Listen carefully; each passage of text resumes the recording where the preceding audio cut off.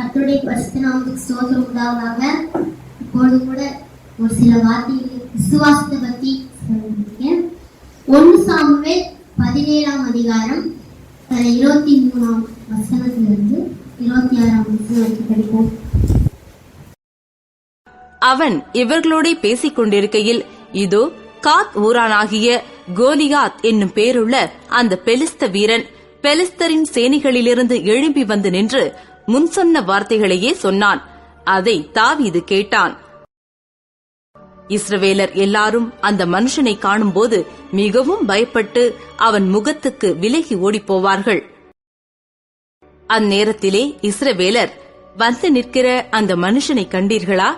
இஸ்ரவேலை நிந்திக்க வந்து நிற்கிறான். இவனை கொல்லுகிறவன் எவனோ அவனை ராஜா மிகவும் ஐஸ்வர்யவானாக்கி அவனுக்கு தம்முடைய குமாரத்தியை தந்து அவன் தகப்பன் வீட்டாருக்கு இஸ்ரவேலிலே சர்வ மானியம் கொடுப்பார் என்றார்கள். அப்பொழுது தாவீது தன்னண்டையிலே நிற்கிறவர்களை பார்த்து, இந்த பெலிஸ்தனை கொன்று இஸ்ரவேலுக்கு நேரிட்ட நிந்தையை நீக்குகிறவனுக்கு என்ன செய்யப்படும்? ஜீவனுள்ள தேவனுடைய சேனைகளை நிந்திக்கிறதற்கு விருத்த சேதனம் இல்லாத இந்த பெலிஸ்தன் எம்மாத்திரம் என்றான். இந்த வசனத்துல பாத்தீங்கன்னா கோலியாத் அப்படின்னு எல்லாருக்கும் தெரியும்.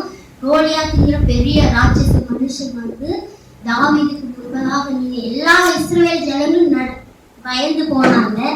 ஆனா அந்த சின்ன தாவீது அந்த பெலிஸ்தனை பார்த்து என்ன சொன்னாங்கன்னா, அப்பொழுது தாவீது தன்னண்டையிலே நிற்கிறவர்களை பார்த்து, இந்த பெலிஸ்தனை கொன்று இஸ்ரவேலுக்கு நேரிட்ட நிந்தையை நீக்குகிறவனுக்கு என்ன செய்யப்படும்?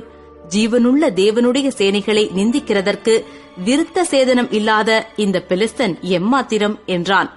இந்த வசனத்தில் நம்ம வந்து தியானிக்கும் போது ஜீவனுள்ள தேவனை, அதுதான் மெயின் பாயிண்ட்.